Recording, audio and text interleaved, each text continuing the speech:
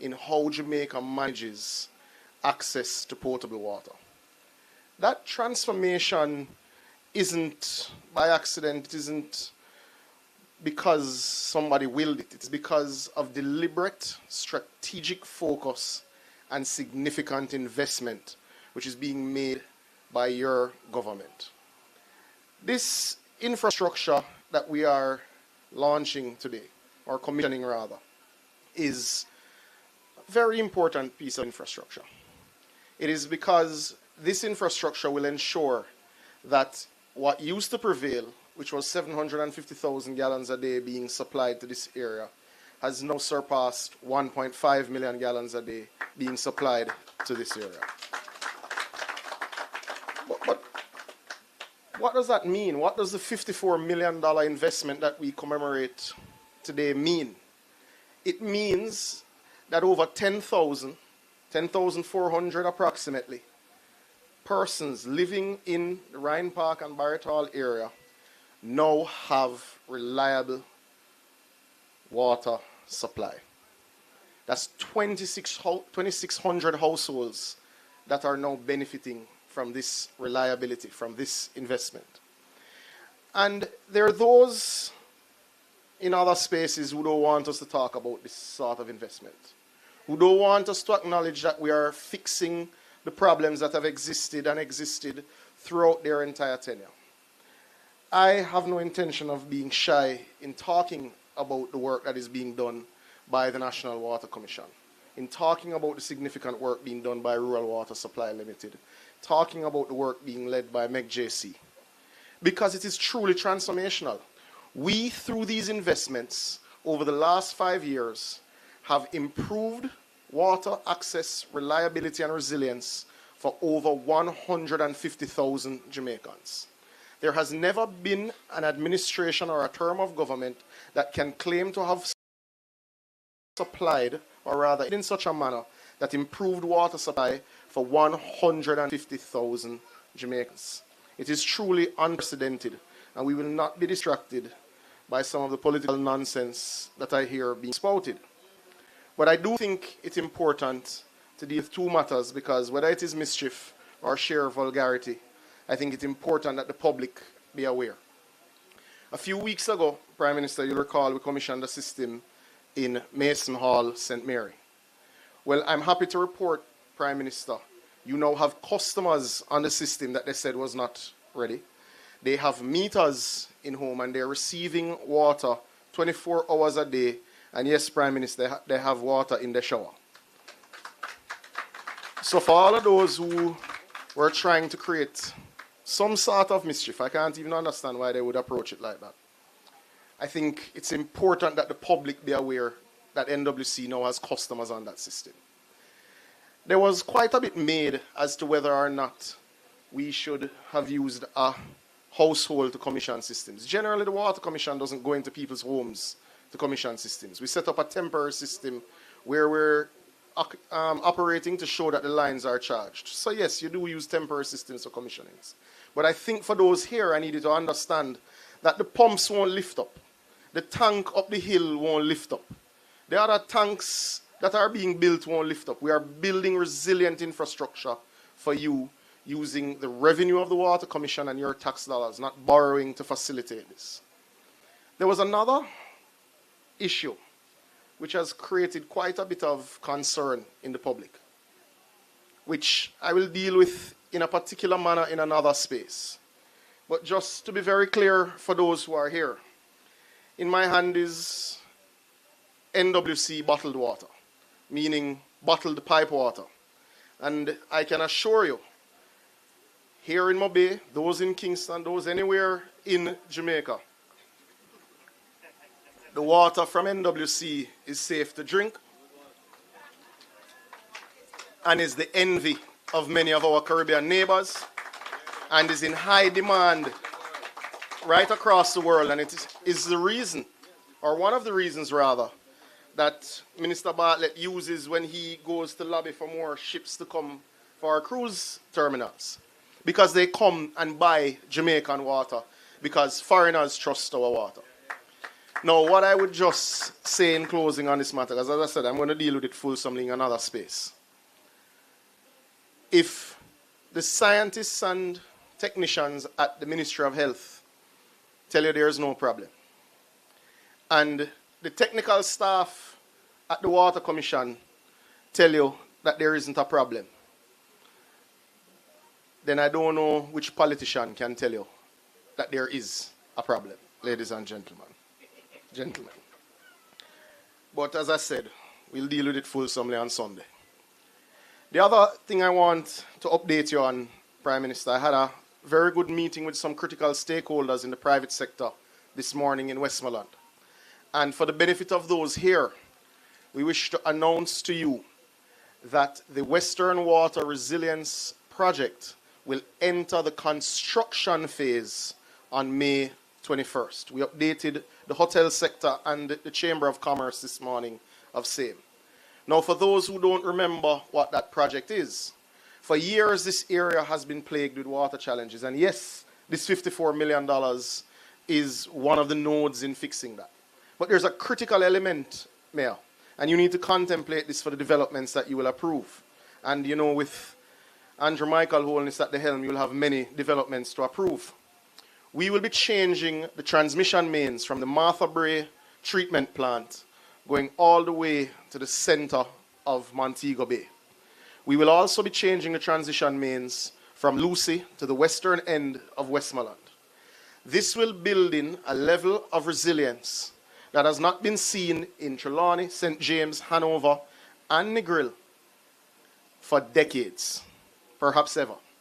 We will be spending $28 billion over the next 3 financial years, and we will start with the initial investment of $5 billion, and we will enter the construction phase on May 21st with a large groundbreaking. So please clear your schedule, Your Worship, Councillor, and of course, MP will expect you to be there. Because for the numerous hotels you've discussed with me, I assure you, you will have the water. For the residents who will move to the new scheme that Prime Minister just broke ground for, we assure you, you will have water. For those who have lived in Barrett Hall and Rhyne Park for decades, you now have the water. Go and tell the story that when we say you will get the water, you will get the water. We will make the investments, and our word is our bond. God bless.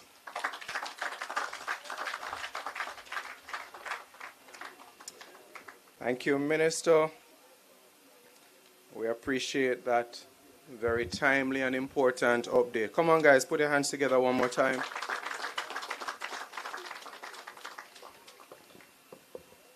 We're getting to one of the most important parts of the afternoon ceremony.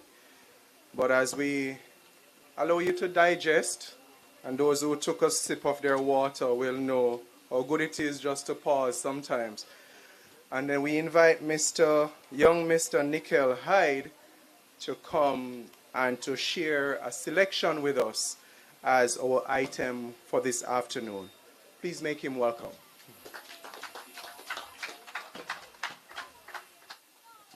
Greetings, everyone.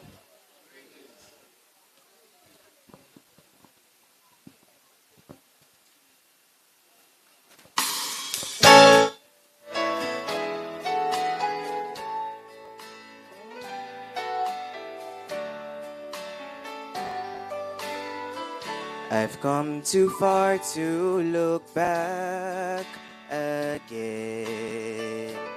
There is nothing behind me. All the pleasures I've used to love have all faded from view. There's a new day ahead for me.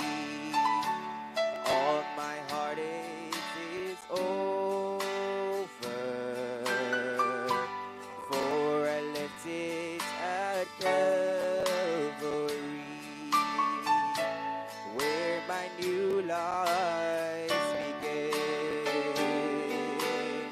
I've come too far to look back. My feet have walked through the valley. mountains, cross rivers, desert places I've known, but I'm nearing the home shore. The redeemed, the rejoicing, heaven's angels are singing. I've come too far to look back. Look around, there's unhappiness. Some see no reason for living. Life will give you a broken dream, full of sorrows and fear. Turn around, don't look back again. Face the new day before you. Place your heartaches in Jesus' hand, for He can mend broken dreams. I've come too far to look back. My feet have walked through the valley. I've climbed mountains, crossed rivers, desert places I've known, but I'm nearing the home shore. The redeemed, the rejoicing, heaven's angels are singing.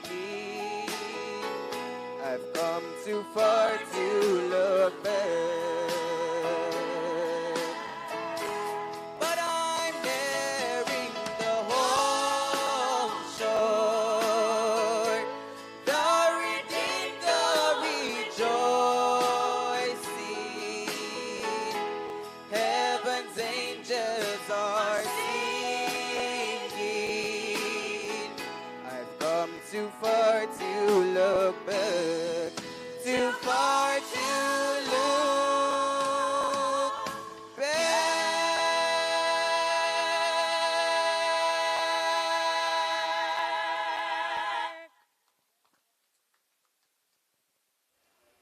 Come on, put your hands together one more time. Two things struck me was the youthfulness of him pulling out something that has real classical feel to it. Not true. It's a throwback. And the other thing that caught me was it almost sounds like a waterman testimony. That you've been running pipe for a while and you pass Rosal Main Road and you pass Pump 1 and you pass Pump 2 and you reach up to Edmund Ridge and you look back and you say, I come too far. I have to run some more pipe up to Little East and work. Well, yeah, here we go. Come on, can we get an amen in the house today? Well, ladies and gentlemen, it's a reflection of life that, and the link between water and life it cannot be overstated. So much so that somebody went and even said that thousands have lived without something else called love. But not one soul can live without water. That's all I will say for now, because the time for me to shut up is now. And we invite Dr. the Most Honorable Prime Minister of Jamaica, Mr. Andrew Holness.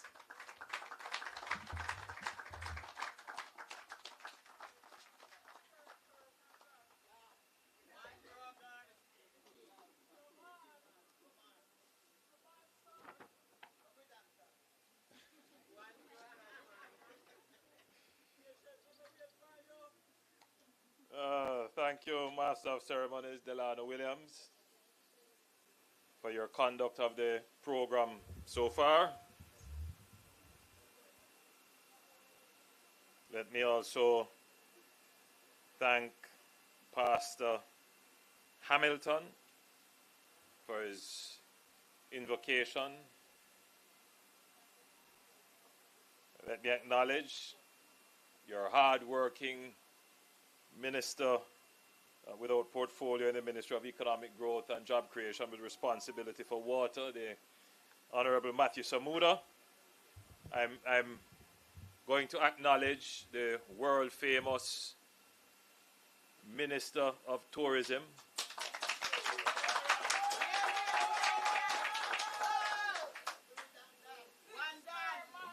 but his substantive post that we acknowledge him for today is as the Member of Parliament for this area in St. James East Central.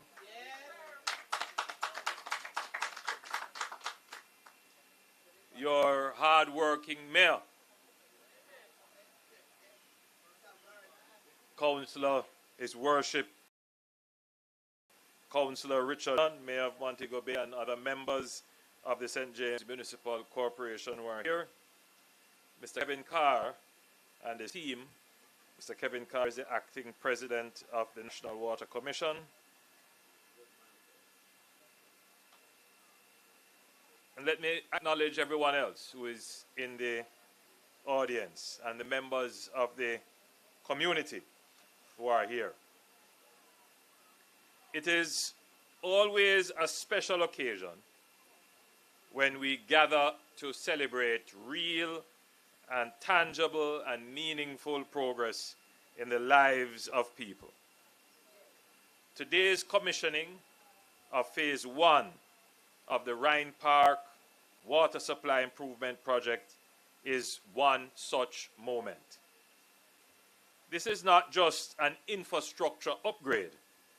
It is a powerful signal of this government's commitment to inclusive development, to modern service delivery, and above all, to keeping our promises.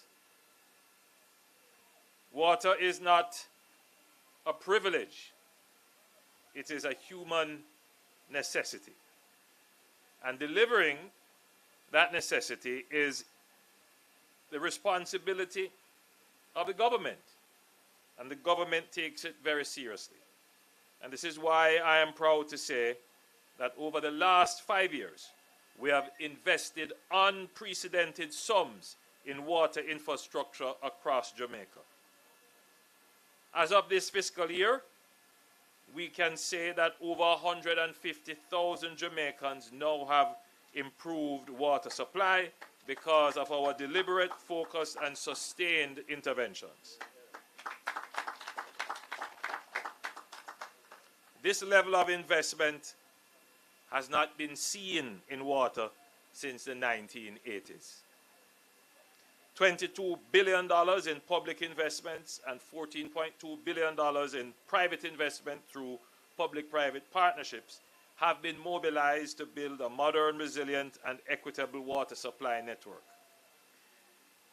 The Phase 1 works that we are commissioning today here in Rhyne Park are part of that national push, but they are also deeply local.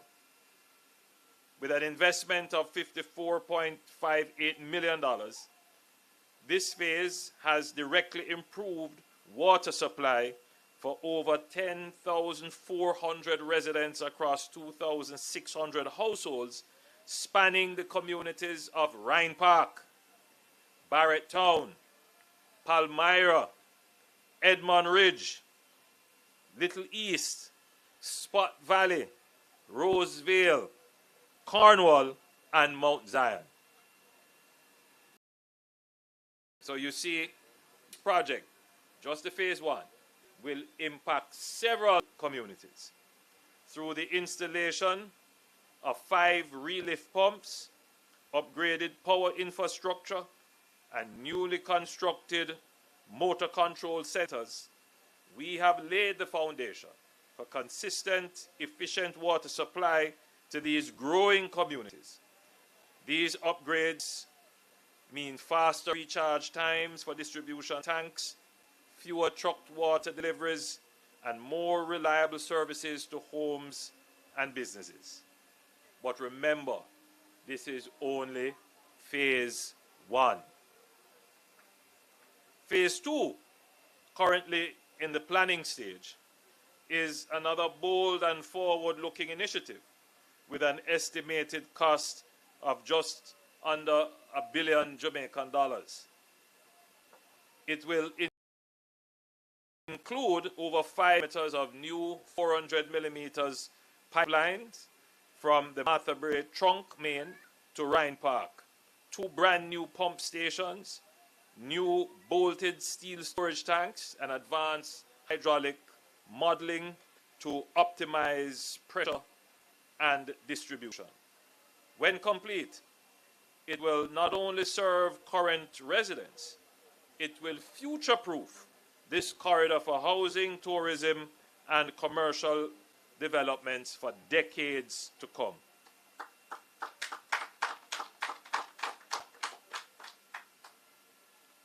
I've just finished breaking ground for a new 1,500 housing development in Barrett Hall. That's the name of the place, Ed. A lovely place. Extremely beautiful. It's a lovely place. And I'm sure that the people who are fortunate enough to be able to get one of those houses, they will thoroughly enjoy. But what I'm pleased with is that they will not have a water problem. They will not have a water problem. Because between phase 1 and phase 2, this entire corridor will be properly charged with water supply. Now, this era Rhyne Park is part of a much larger transformation taking place across St. James. Since last year, the NWC has invested more than $400 million across projects including Moy Hall, Endeavour, Fairfield, Rosemont, and Railway Lane. In partnership with JISTV, we are also bringing modern water infrastructure to Norwood, Salt Spring, and from Shettlewood to Anchovy, reaching thousands more. Now, I know that the people in Shettlewood are a little bit disgruntled because the Shettlewood to Anchovy project has stalled a bit. Started, they have dug trenches, laid some pipes, but a few weeks ago I had visited a lovely community called Roehampton, and I keep telling this story that I was confronted by some residents, and you know we can be assertive as Jamaicans sometimes, and one resident asserted that if we don't get any water, no vote. And of course, I have dealt with that already because you really should vote for water. Right? That is what you should do. You should vote for water. But there was also, you always have a diverse group of citizens, of electors, of residents. And there are some who will say I'm withholding my vote, some will say I'm changing my vote. And some will say, Prime Minister, as one young lady did, she pointed out to me, she said, I am 33 years old, and in my lifetime, we never had water in the community. So there is what I call the reasonable middle. Reasonable people who stop and think and don't act on emotions. She says, Prime Minister, I work in a supermarket in Montego Bay. And I have to use, I think she said she spent something like between $9,000 and $10,000 per truckload of water. And she has to do that, maybe once a week. And that's expensive. And so whilst she appreciates that we have spent a significant amount of resources to bring the water there, the project having stalled would have dashed her hopes that in short order she would have water in her shower. Because I know every Jamaican, when they go in the shower, they want to say, shower, shower.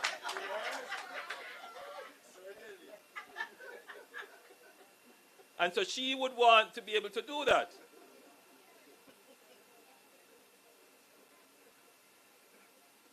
But there is a challenge always with infrastructure. As there was a challenge with the Shuttlewood to Anchovy project. And so, having had the admonition and the threat, but also moved by the reasoning of this young lady, who for her lifetime never had water, who is expecting to have water now and seeing it delayed, I went back to my desk and I mentioned it to Minister Somuda. The project was not only in the NWC, a part of the project is through JISTV, the Jamaica Social Investment Fund, and with the lobbying as well of the Member of Parliament, Minister Homer Davis, we were able to resolve the issues facing that project. And I am told, just as I was sitting there, I received a note from the Managing Director of JISTV, and I'm hoping that this will be confirmed by the Acting President of NWC, that by Monday, work will restart with the transportation of pipes back to the site and the continuation of excavation and laying works. So if that young lady is listening now, I want to say to her, it is because of you, not because of the threat of no vote or the threat of change vote, but because I understand. And it's not just sympathy, it's respect. It's not just, trying to win votes. It's about preserving the dignity of people. The truth is that when you talk to this 35-year-old lady, what she's effectively saying is that, my generation is expecting a different standard of living, where water is expected to be in my house. Now, not every house can have water, but at least we need to bring water close to you so that you have options as to how to get the water. And the truth is that this community is not such a remote area that we couldn't bring water to them. And that's the objective of the government. The objective of this government is to bring water to the vast majority of Jamaicans. And that bringing of water means we're going to make sure that there is a water main that runs close to your house. And if you live in an extremely remote area, then we have other solutions that we will put in place to help you to get water. But for a country like Jamaica, the water infrastructure, much of which was built out in the last 50 years, we not only have to go build new infrastructure, but we are going to have to repair the old infrastructure that exists. So we're doing the two things simultaneously. Providing water for communities that never had water before, that's new infrastructure. And we are upgrading, renewing, and rebuilding existing infrastructure. And this administration, more than any other administration, has been doing this consistently and doing it cost effectively and efficient. So I want to commit to the Jamaican people that yes, we understand the challenges you have with water, but I can't bring myself to make wishful promises to you. I can't bring myself to tell you that, you know, with the snap of a finger, water going to be in every house overnight. Because that would be telling you that horses can fly. The sad thing, however, is that since we are in the promising season, there are many Jamaicans buying the promise that they will get a horse that can fly.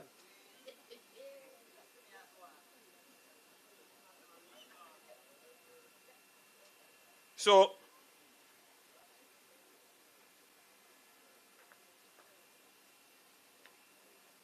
nationally, we are now commissioning and breaking ground for new systems almost every week. You know, week before last, I was breaking ground for water in St. Mary. The week before that, I was in St. Elizabeth. And we keep doing it. You know, we have so many water projects. The minister is complaining to me that he can't get a time in my diary to break ground, commission, or turn on.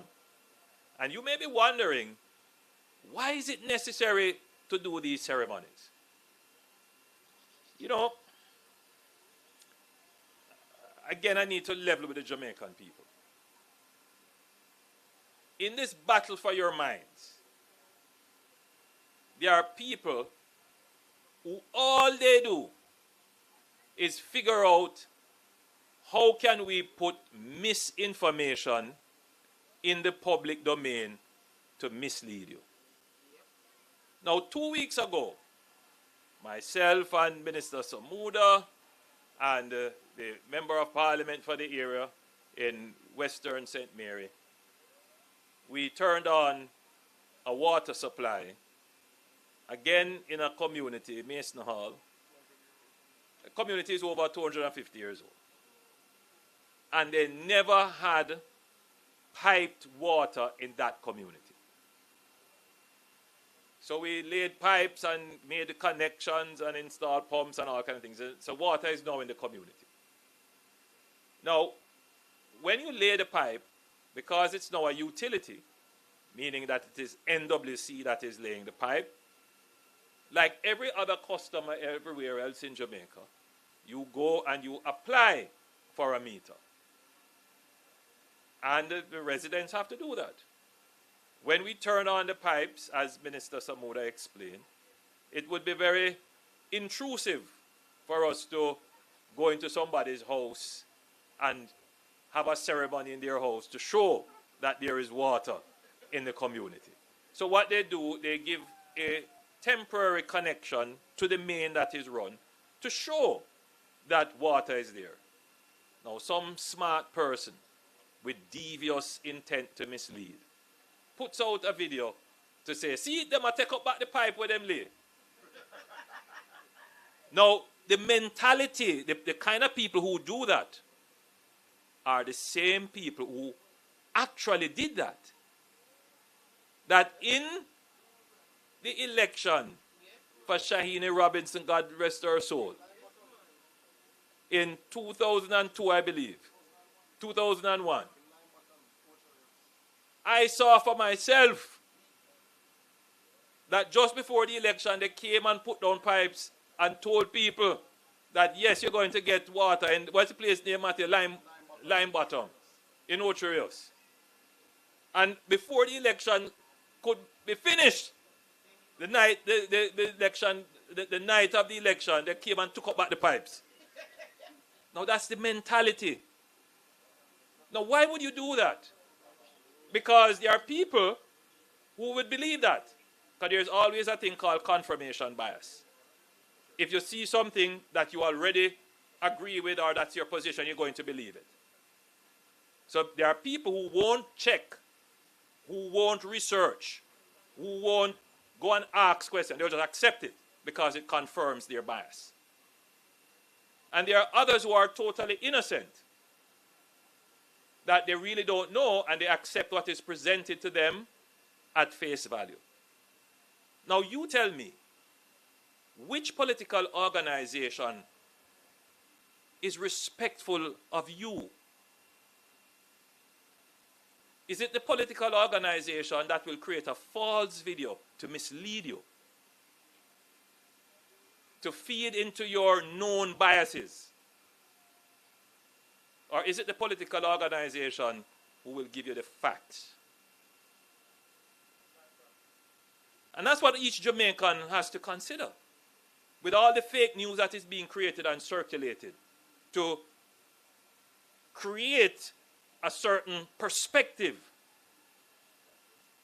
to ride and rile up discontent with falsehood, to play on your emotion and to trick you. Which political party then really respects you and cares about you, if that is what they're doing? And every voter needs to ask themselves this. When I saw the video, I could have ignored it. But I said, you know what? We have ignored the lies for far too long. And every lie that they tell will be exposed. And therefore, we have these events. Because for everyone who said they don't have water, for everyone who said nobody is doing anything, we will respond to show what we are doing. Because we have projects for days to show. I could be doing a groundbreaking, a commissioning, and opening for the next 6 months, every week. I'm looking at the NWC staff, and I know they are saying, boy, please don't do that, Mr. Prime Minister. I know they are saying that. Right? We have more than 98. We have over 100 and odd projects that I could go and break ground for everyone. Because for every lie that they tell, yes, there are people without water. Of course. It's not just yesterday. It's not just today. As I pointed out to you, the young lady was honest enough, reasonably enough to say for about 35 years of existence, she never had water. The people in Mason Hall, that community is a community that emerged out of a plantation. Never had piped water. So yes, there are communities still in Jamaica that don't have water. But that is not the full picture. The full picture is that the government has accelerated the pace at which it is delivering water. And if someone were to come and tell you, yeah, vote for me and the snap of a finger you're going to get water, they don't respect you. Because they think that your thinking is shallow. And you can be told anything and you believe it. So I just had to use this opportunity to point that out to the thinking Jamaicans and to the unthinking Jamaicans as well. And we invite you to join the reasonable middle Jamaica, the reasonable thinking population, to dismiss the flying horses.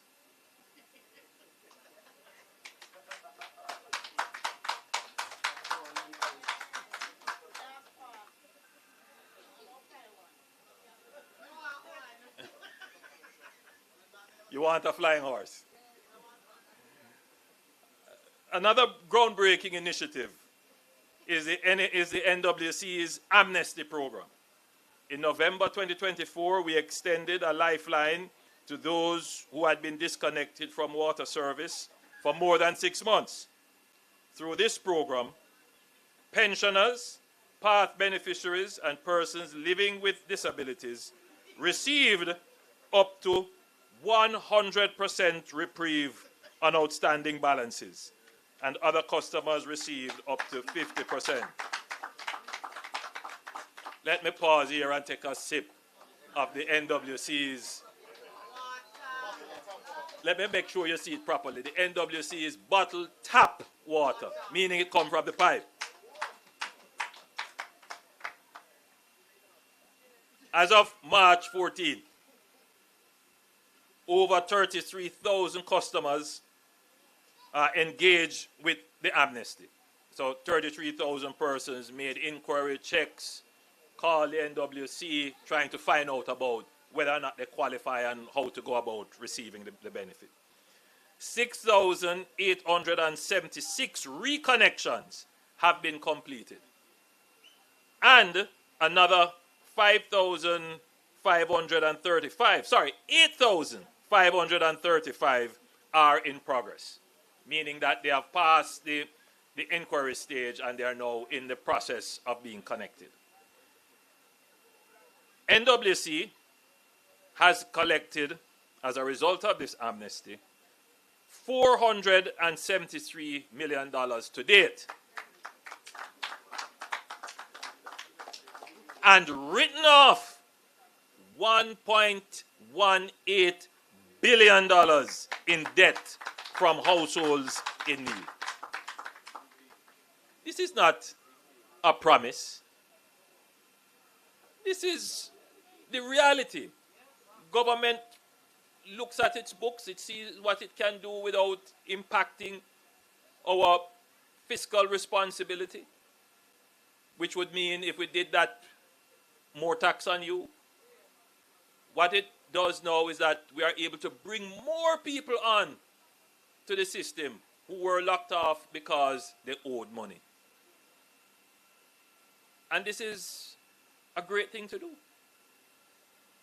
You know, 6,876 households now have water again, and another 8,535 on their way. And you still have up to what, the end of May? You have up to the end of May. So I encourage everyone to go and take advantage of this. We have some other big projects to come. I won't go through all of them here. But one of the big projects, which I'll be back in this area very soon, is the Northwestern Water. What's the proper name for it, madam? Western Water Resilience Project. Yes, it's called the Western Water Resilience Project. Now, let me just quickly wrap that up. You would hear me talk about this word infrastructure. Infrastructure is an important thing. It's big. You cannot develop a country without infrastructure. And there are some large infrastructure that we put in many years ago, like some of the big pipes that run from Martha Bray in Trelawney, runs right through St. James and connect up back in Hanover up to some parts of Negril. That infrastructure is old and leaking, breaks frequently. That is going to take about $28 billion to repair. Think of that, $28 billion to repair. This government is going to do that. And we're going to build the infrastructure better than was there before. Bigger pipes with far more sophisticated systems to control it, far more sophisticated pumps, and obviously we have better technology to lay the pipes so that they will last longer, and of course better pipes that will last longer. So I'm going to be back here sometime in May, close to the end of May, and at that time I'll say more about that.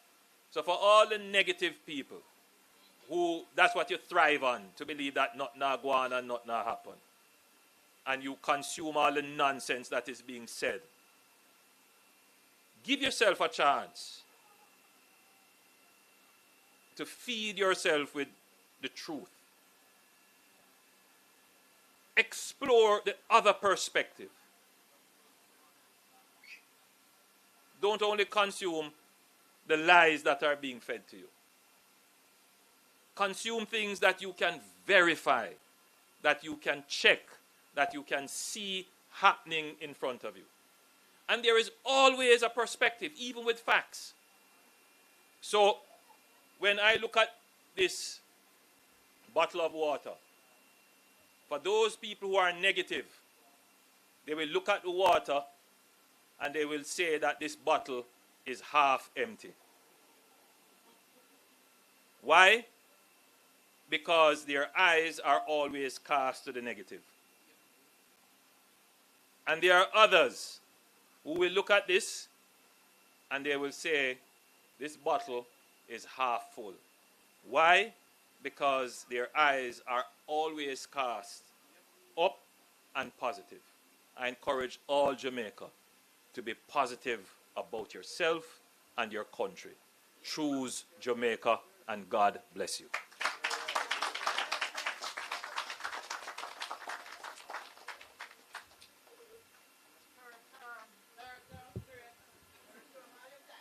Thank you, Prime Minister.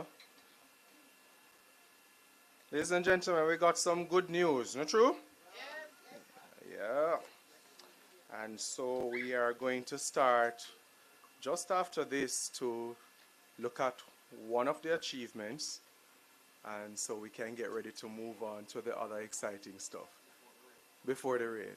We invite now for vote of thanks Councillor Mr. Anthony Murray, Councillor for the Rosal Division, to come with the official vote of thanks, and then I'll give you quick instructions where we need to step to. Please make him welcome.